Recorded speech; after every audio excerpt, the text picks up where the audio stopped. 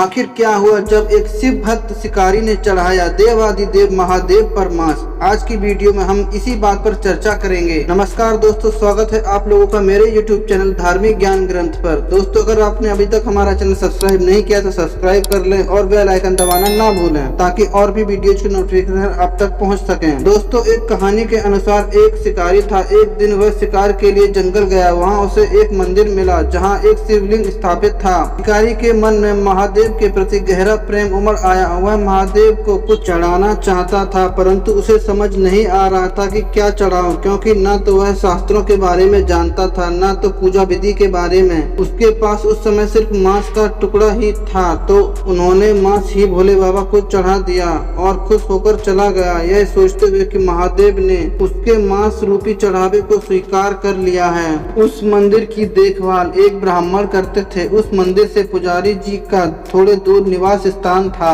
अगले दिन जब ब्राह्मण मंदिर पहुंचे तो उन्हें वहां शिवलिंग पर मांस चढ़ा हुआ दिखाई दिया। वह चौंक गए और सोचने लगे कि शायद यह किसी जानवर का काम होगा। उन्होंने अपनी पूजा पाठ की और मंदिर की साफ सफाई की और शिवलिंग को शुद्ध कर दिया। अगले दिन वह शिकारी फिर से शिवलिंग पर मांस अर्पित करने आया। उसको पूजा पाठ की कोई जानकारी न थी, तो वह शिवलिंग के सामने बैठकर अपने मन की बात करने लगता। एक दिन उसने मंदिर की साफ सफाई करनी चाहिए, पर उसकी समझ में नहीं आ रहा था कि कैसे करे। उसके पास एक भी बर्तन नहीं था जो कि वह पास के झरने से जल लाकर साफ सफाई कर सके। जब कुछ समय नहीं आया तो वह अपने मुंह से पानी भरकर लाया और शिवलिंग पर अपने मुंह से ही पानी निकाला और चढ़ाने लगा। जब ब्राह्मण वापस मंदिर आए तो शिवलिंग पर मांस और थूक चढ़ा देख वह बहुत क्रोधित हो गए और समझ गए कि यह जानवर का नहीं बल्कि किसी इंसान का काम है। उन्होंने दोबारा मंदिर की साफ सफाई करके पूजा की और घर चले गए। और इसी तरह हर बार उनको शिवलिंग पर मांस चढ़ा मिलने लगा। तब उसने उदास मन से महादेव से बोला कि हे देवादिदेव महादेव, आप अपना अपमान क्यों सह रहे हो। तभी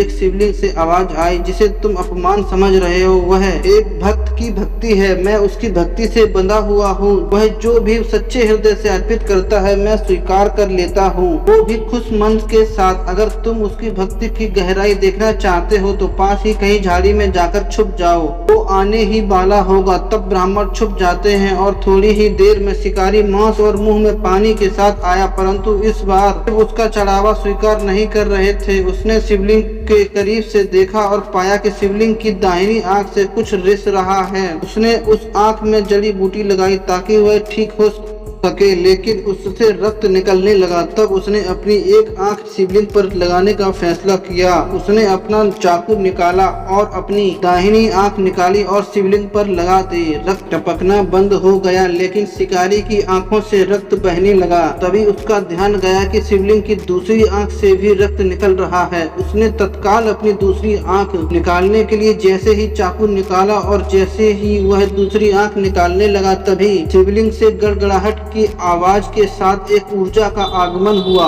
वह थे महादेव। उन्होंने उसे रोकते हुए कहा कि वत्स, मैं तुम्हारी निर्मल भक्ति से अत्यंत प्रसन्न हूँ। शिव ने उस शिकारी को दर्शन दिए और उसके नेत्रों को भी ठीक कर दिया। शिकारी महादेव के पैरों में गिरकर उनका आशीर्वाद प्राप्त करने लगा। यह सब देख ब्राह्मण भौचक्का सा रह गया और बोला, इसकी भक्ति का कोई जवाब नहीं, इसकी भक्ति अपार है। तभी से उस शिकारी को कनप्पा नयनार के नाम से जाने जाना लगा। कनप्पा यानी आंखें अर्पित करने वाला, नयनार यानी कि शिव का भक्त। तो दोस्तों, यह एक सच्ची घटना पर आधारित कहानी है। यह आपको कैसी लगी हमें कमेंट करके जरूर बताएं। अगर आपने अभी तक हमारे चैनल को सब्सक्राइब नहीं किया तो सब्सक्राइब करें और वीडियो को लाइक करें। मिलते हैं अगली वीडियो में, तब तक के लिए हर हर महादेव।